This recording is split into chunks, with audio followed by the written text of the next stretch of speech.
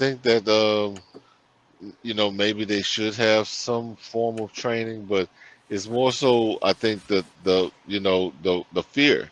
Like I mean, if it was a robbery going on, you know, uh, bank robbery where they're got to protect corporate interests or something like that, it would be a different story. Like they probably would have ran on down and tried to take control of the situation a lot sooner than what they did. Like 45 minutes, bro.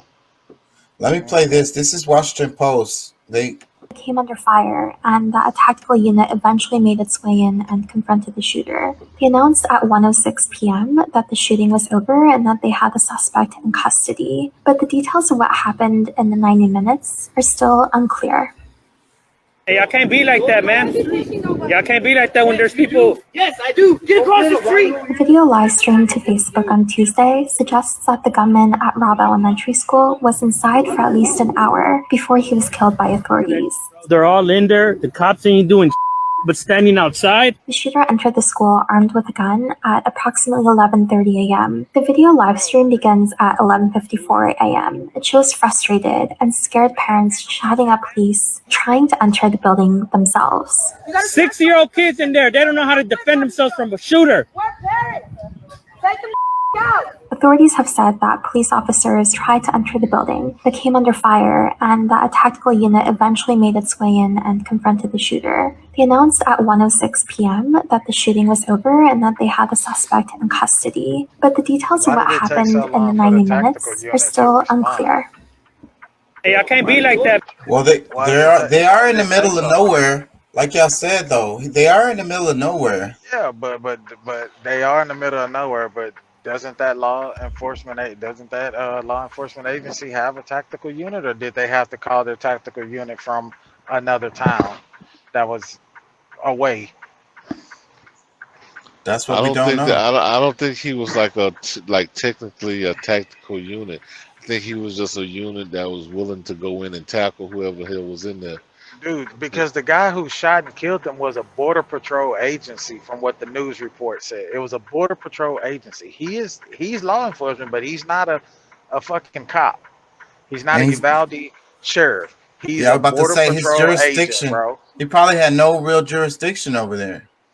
So you mean to tell me a border patrol agent goes in and do the job of these trained officers? That 40% of this town's budget goes into this law enforcement agency? Maybe it has to do with the budget, with the ICE. They spent so much money on that ICE shit. I don't know, bro. I don't know. And then with this story, I don't even know how true this is. Like, I feel like this could possibly be getting screwed as far as just because of the perspective of the parents. If you're the parents, of course they're not moving fast enough, no matter how fast if you was a parent to one of those kids in that school, no matter how they dealt with this situation, it wouldn't have been good enough, especially if one of your kids died, right? Yeah. Yeah, I mean, I would have to agree with you 100%. So what I'm saying is, I think that it's possible that these stories are from the perspective of the parents, but and true to them, but not necessarily true to what happened. So that's what I'm saying. I'm skeptical of this one. Let me read this. This is Washington Post. It says a video recorded outside Robb Elementary School on Tuesday reveals new details about the timeline of the Uvalde shooting and shows parents who shouted the police response was inadequate and sluggish and tried to enter the building themselves. The video begins at 11:54 a.m. local time after the shooter had entered the school. That timing suggests that the gunman was inside the building for at least 1 hour before police announced at 1:06 p.m. that the shooting was over. They had stopped Ramos, who was shot and killed. Let me see. It says visual forensics video reporter Joyce Lee explains more. Let me read. This is a comment underneath the post. It says, "There goes the good guy with a gun theory. Sounds like these good guys with their guns was too scared to do their job, but sure, let's arm teachers. Another comment, it says, plenty of good guys with a gun couldn't stop the bad guy with a gun. What does that teach us? These could be bots. This is terrible. They did nothing to help. I cannot even fathom the anguish of being so close and so helpless.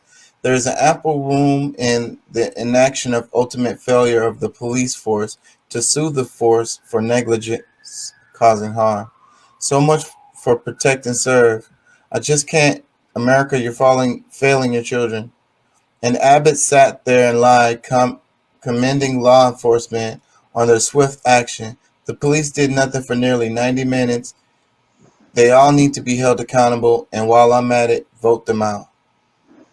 Get them all fired. I'm sure those parents would have taken care of him.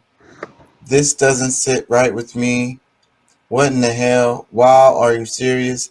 They're tough when there are no guns involved and treat the people wrong, but when it comes down to real deal, why don't they stop knowing there are kids inside? And a lot of these comments are very emotional, and like I say, some of this I think are bots. The ones at the top sounded like bots. And what was I gonna say?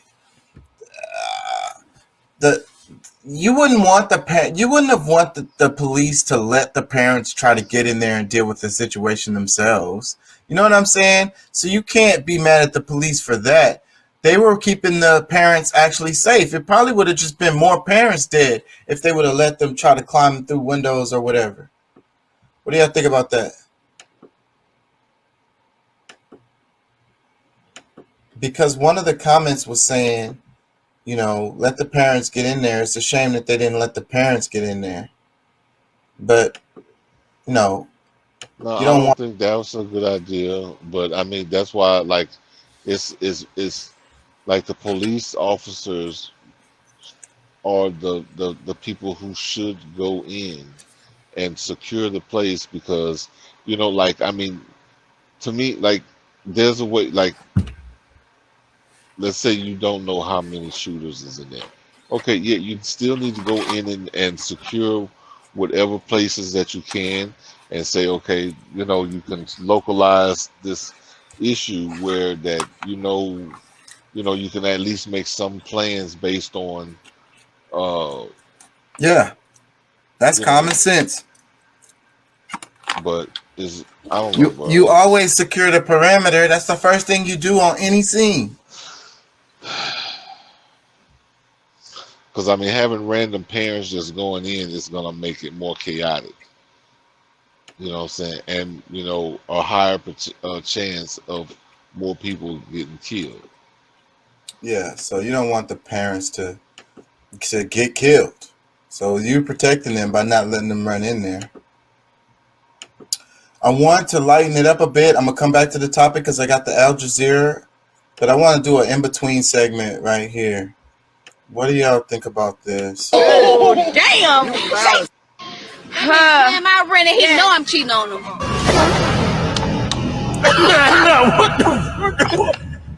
Oh, damn. Am I ready? He know I'm cheating on him.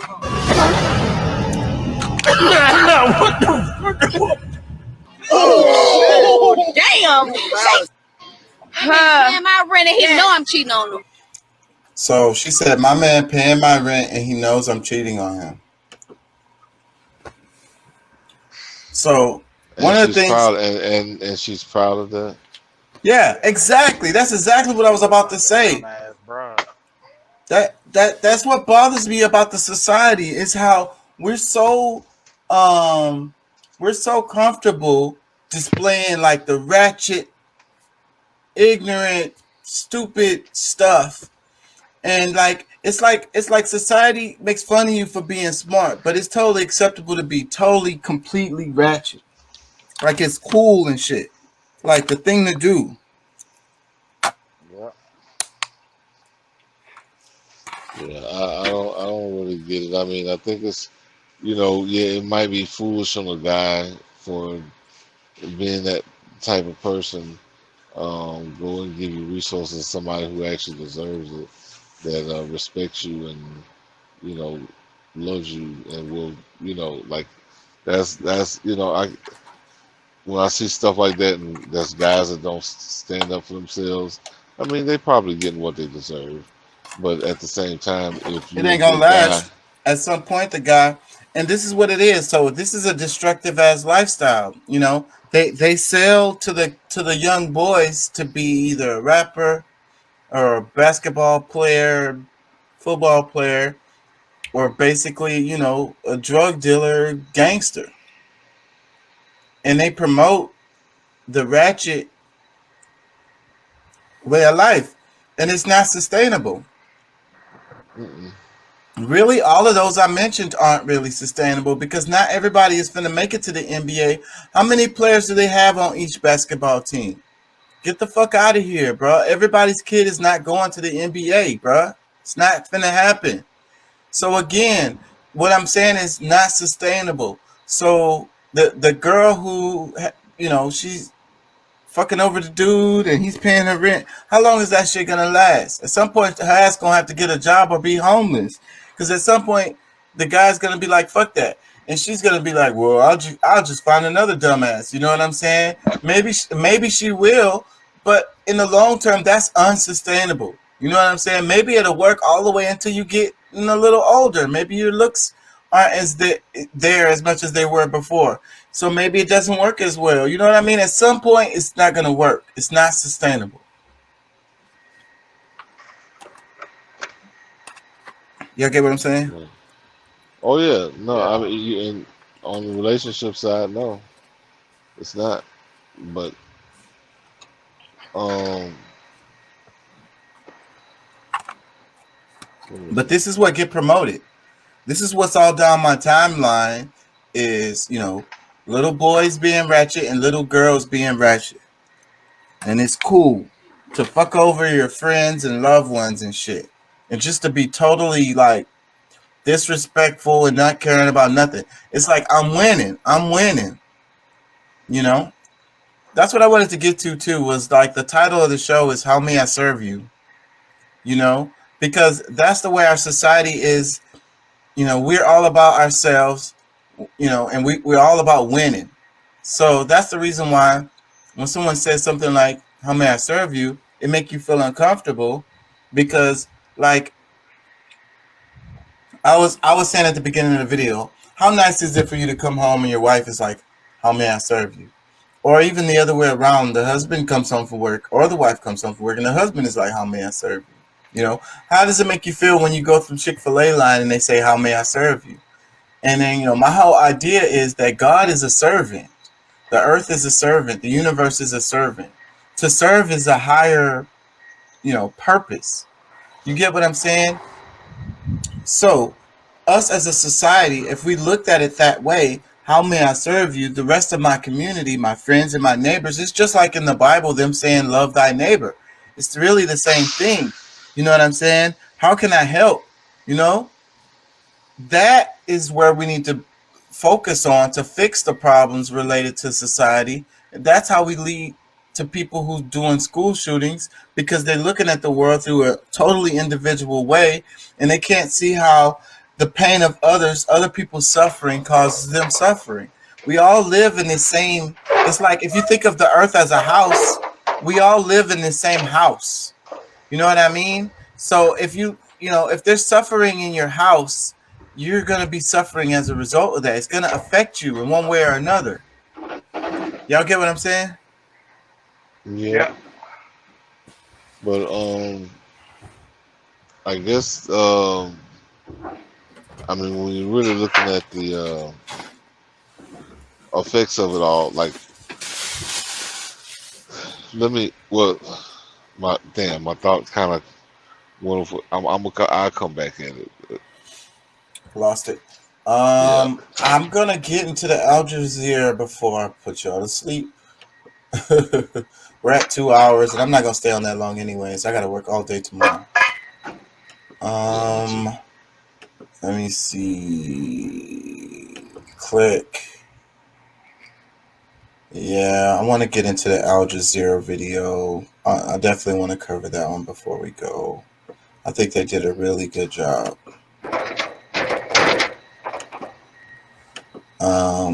Because they touched on the whole thing because, the replacement theory, right? And that's what the other shooter was talking about. But let me play some of this, and we're going to stop it as we go and talk about it. The world, a couple of billion less.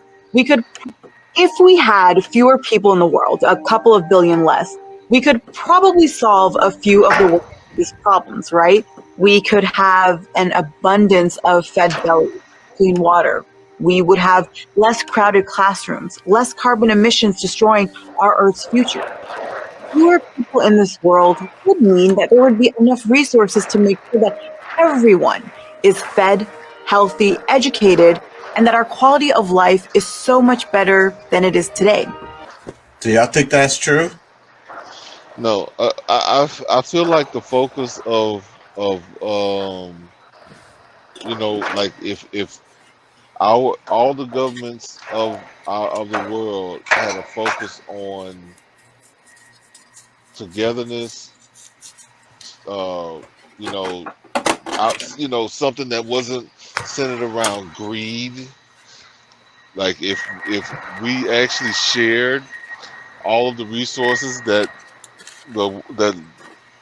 God or the universe allows for all of us, that the universe allowed to have this amount of people on this planet at one time. Like if we were able to share fairly, then we wouldn't have any issues. But no, there's we have trillionaires and billionaires that's trying to lock away all the resources that they can get for themselves and I guess the people close near them. But no, I mean I don't think it's going to make any difference if they keep practicing the same thing, whether there's 100,000 or 100 million or even however many billions. If they keep practicing the same kind of ideals, and it's going to be the same kind of problem. Exactly, because it could be only 1,000 people, and I'm willing to bet that 20 of them is going to be controlling all the resources and all the They rest always of try them. to make it seem like it's some kind of scarcity, but it's not. There's an abundance of resources to go around for everybody. It's just that there's like right now. I mean, charging almost $6 a gallon for some fuel that's coming out of the ground that doesn't cost them more than $1 to process. A lot of that stuff was already processed. People think that this stuff happens overnight. This, drilling, tapping, converting crude into gasoline. This is a long ass fucking process. A lot of that gas was sitting there before these prices went up. And then they have pipelines. They're moving this shit through pipelines. So a lot of the shit don't even cost them that much to move it. Where the fuck are y'all getting these prices from? They just talked about Shell. They had the biggest fucking income profit margin in the first quarter of 2022 that they've had in like more than 10 years. Bro, I would say probably in fucking 40 years. Like this is. I'm just saying that to be safe because I know I could say 10 years because I was reading some shit about it, but it may be 40 years. Yeah. But I mean, all this stuff is fake numbers. They're just charging more because they can. They're using all of these, cause for some people they're saying like they lost money during the pandemic, which it was not a loss. It's just that they didn't bring in as much income like they, as they maybe wanted to. But how fair is it for you to, all right, we didn't use all the fuel. Like I can see like if they was giving away fuel last year for free and now they're trying to make up for it. No, you were making a profit from whatever fuel you sold last year, and because people were on lockdown and wasn't going places, and they didn't buy as much fuel as they were, the previous year. I mean, now you're gonna, send the country into, you know, a frenzy of. I mean, pretty much people are deciding, all right, I'm gonna have to get exactly this amount of gas to get back and forth to work. So, so I can still afford to buy, a loaf of bread and some bologna to, just make it through the week. I mean, because that's how tight it is for some people. Let me play some more of this. I don't want this frame to be sitting here too long. That idea should sound familiar because it's everywhere. Headlines, TV, YouTube recommendations. The faster we improve health, the faster family size goes down. It's the idea. They make it worse by putting him in a video. I'm telling you. But did you hear what he said? He said, the healthier you get the people, the less people. Like, it's so stupid. That because so many people, especially in Asia, Latin America, and Africa, are having so many babies, our carbon footprint is increasing. And that just means more drowning coastal cities, never-ending fires, destroying wildlife, perpetual states of hurricane recovery, and increased mass migration. And so if the problem is framed as there just being too many people and not enough resources, then what's the solution if you can't create more resources or lessen the carbon footprint? It's fewer people, right? But is that true, that the answer to the climate crisis and a lack of resources is that impoverished families, again, across Latin America, Asia, and Africa, just need to have fewer kids, that women just need education and birth control, and we're on our way to a sustainable planet? Or is the real story here about a monopoly on resources, about the scarcity it created for most of the world's population, about industry practices that are reliant on environmental exploitation? And have we instead been pushing forward a narrative that plays into age-old Euro-American ideas about eugenics, border policing, and which populations are deemed burdensome? Welcome to Backspace, where we tell you how the story is told in the headlines, and then we think about how we can tell it a little differently. I mean, most people know why the whole idea of bringing down population is even a conversation, and it's because the people who just so happen to be at the head of everything wants to stay in control of everything as long as they can, and it's easier for them to control less people than it is more. So, like, that's the real problem.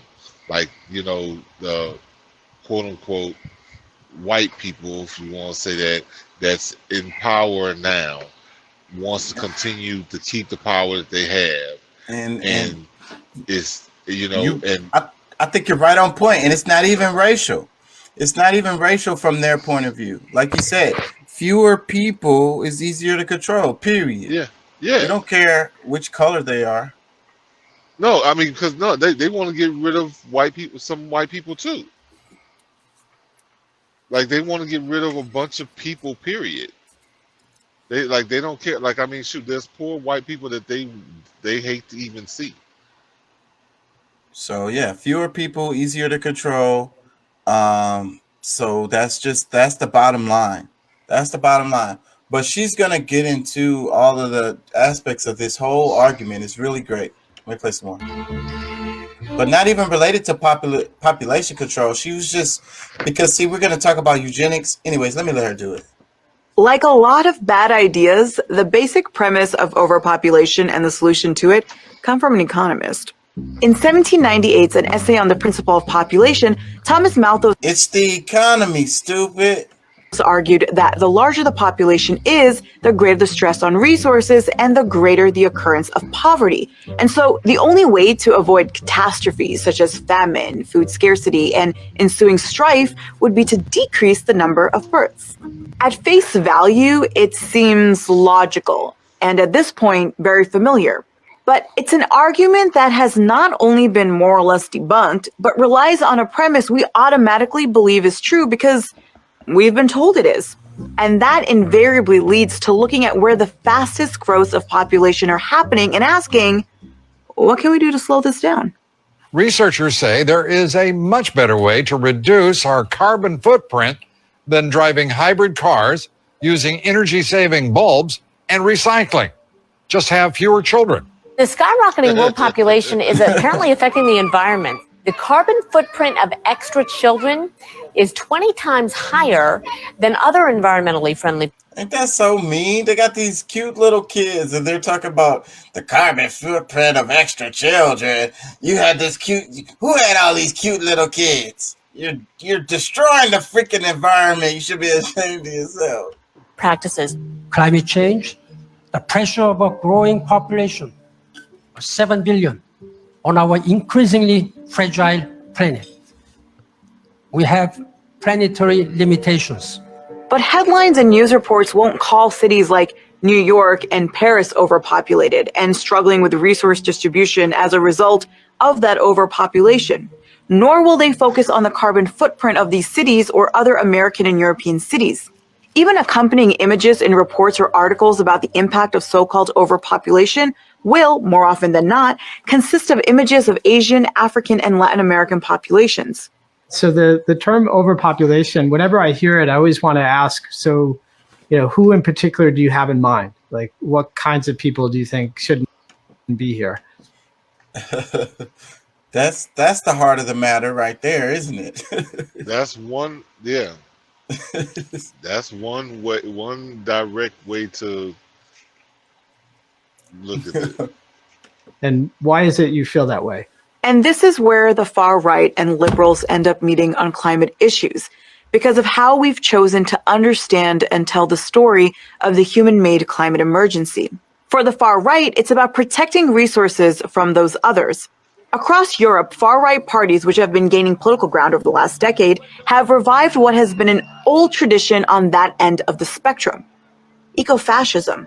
I think the only thing scarier than a far-right racist movement that denies the reality of climate change is a far-right racist movement that doesn't deny the reality of climate change, that actually says this is happening. Both the Christchurch and El Paso white nationalist mass murderers wrote manifestos that decried the so-called impact of overpopulation, specifically the overpopulation of immigrants, on the environment and on resources.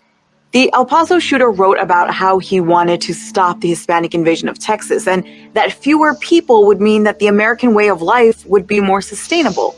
He killed 23 people in a Walmart in 2019, injuring more than 24 others. The Christchurch shooter identified himself as an eco-fascist and wrote in his manifesto that immigration was in fact environmental warfare. He killed 51 Muslim worshippers at 2 mosques in 2019, injuring over 40. And while eco-fascism may seem very modern, it's actually rooted in something very classically American. The roots of ecofascism are traced back to America's progressive era, a period between 1896 and 1920, where social movements advocating for the betterment of society gained successful momentum and were led by upper and middle class white Christian men and women. Freaking progressive era, quotation marks. I hate the way they segmentize history, and it's one of the ways how they rewrite history. The progressive era. Wasn't black people, Mexicans, and Italians getting lynched at this time? What year is that? They said, what they say, 1890s to 1920s or some shit? Late 1800s, early 1900s. Oh, yeah, definitely. How progressive were they, really? Let me play some more. So there was already this idea going all the way back before. People are getting lynched today with guns, but I mean, they still consider, some people to be very progressive right now. And that's the connection that she's kind of making, because she's gonna throw those progressives, the left, onto the bus here in a second. For the betterment of society, gained successful momentum and were led by upper and middle class white Christian men and women. So there was already this idea going all the way back before the First World War, that the only way that white people in the world could survive was if they found some way of containing and eventually controlling the growth of populations in non-white places. In 1916, American lawyer and conservationist Madison Grant published one of the most influential books of the last 100 years, The Passing of the Great Race, or The Racial Basis of European History. Many of the ideas in Nazi Germany's racial science that rationalized the Holocaust were actually inspired by these American eugenicists. Hitler called Grant's book his Bible, and Hitler's Bible informed the foundation of environmentalism in this country itself. Grant argued that the so-called Nordic race was under threat from certain world populations, and that in order to protect the earth, its resources, and the environment, we needed to eliminate the migration and even the existence of certain populations. And central to Grant's solution was eugenics. Eugenics ascribes societal value to a person's race and class. Those who aren't seen as valuable are considered leeches on resources, and thus, under this outlook, they deserve to be lessened in numbers, Useless eaters, as they call it. eliminated. Grant wasn't. She's so soft on the way she's so politically, like the way she's talking about this. She's giving the information very well and using. I need to pay attention to how she's using her words, because she's dodging the YouTube algorithm like a motherfucker with it. She's doing this. It's genius. A lone pioneer in the realm of eugenics and conservation. He had the company of many, including President Theodore Roosevelt. In their view, it was the white affluent man's duty to preserve nature, not to save it from destruction, but to guarantee their continued ability to exploit and interact with it as they pleased. It was under men like that, men like Grant, Roosevelt, John Muir, Gifford Pinchot, Henry Fairfield Osborn, and others, that American conservation was possible. These guys were fundamental to the establishment of national zoos and parks and to the protection of endangered species. And these were the same people who went on to create and lead environmental clubs and organizations like the Sierra Club, the New York Zoological Society, and the U.S. Forest Service. And of course, these eugenicist ideas didn't start or end with the conservationists. They proliferated across movements led by white Christian Americans in the late 19th and early 20th. Wait a minute. Hold on. I watched this video earlier, but something that concept she just brushed over it. She's going so fast, but something she just said made me think about something, because she's talking about how there's a connection between eugenics programs, the same people that did the park services and all of that stuff. So that's really interesting, because you look at a lot of the history, a lot of the big parks used to be black neighborhoods or Native American Aboriginal areas, right? True or not? Central Park in New York historically was that. And they moved those people out of there and made it into a park. And there's so many other places. There's a story of a lake. I don't know what state it is, but they made it's a man-made lake. And it used to be a black neighborhood. Those areas of like Yellowstone, wasn't all of Yellowstone Indian country? I mean, I could keep going down the list. Well, yeah, and there's a lot of historical things that's left behind there that they don't want any and everybody to be able to see. They block it off and keep people from being able to tour it in full, so that they can, because I mean, it's also like it's hiding history, as well as, keeping people that, I guess after they have extinguished certain people from certain areas, to keep others from being able to go there again. Damn, man, it's so interesting. This thought is blowing my mind, because I never really thought about this, because I always felt like the park services and stuff was a cool thing. I love nature, and I love like in Houston, the way they've done the bios and they've been building up around the bios and stuff. I really like it. It's so beautiful.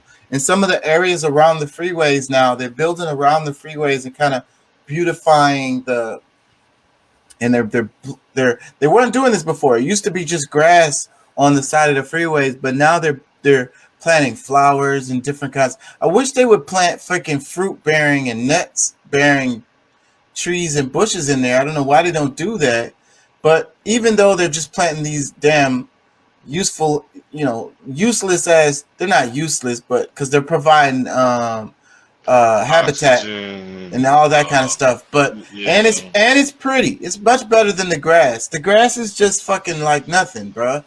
So, but anyways, I like that, and I always looked at the park services.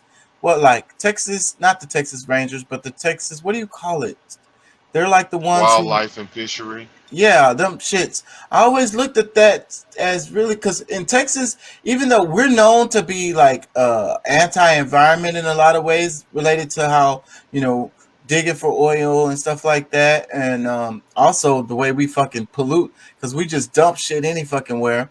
But in Texas, we have a lot of those parks, those whatever you call them, the right term for it, and they're all over the place, and they're beautiful. They're beautiful, and they spend a lot of money on that shit. So, like I said, I always looked at it as a good thing, but leave it to the United States to make a beautiful thing sinister or do it for sinister reasons.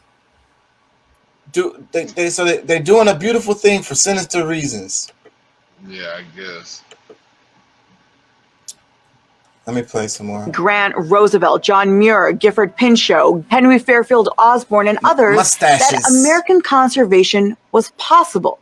These guys were fundamental to the establishment of national zoos and parks and to the protection of endangered species. And these were the same people who went on to create and lead environmental clubs and organizations like the Sierra Club, the New York Zoological Society, and the U.S. Forest Service.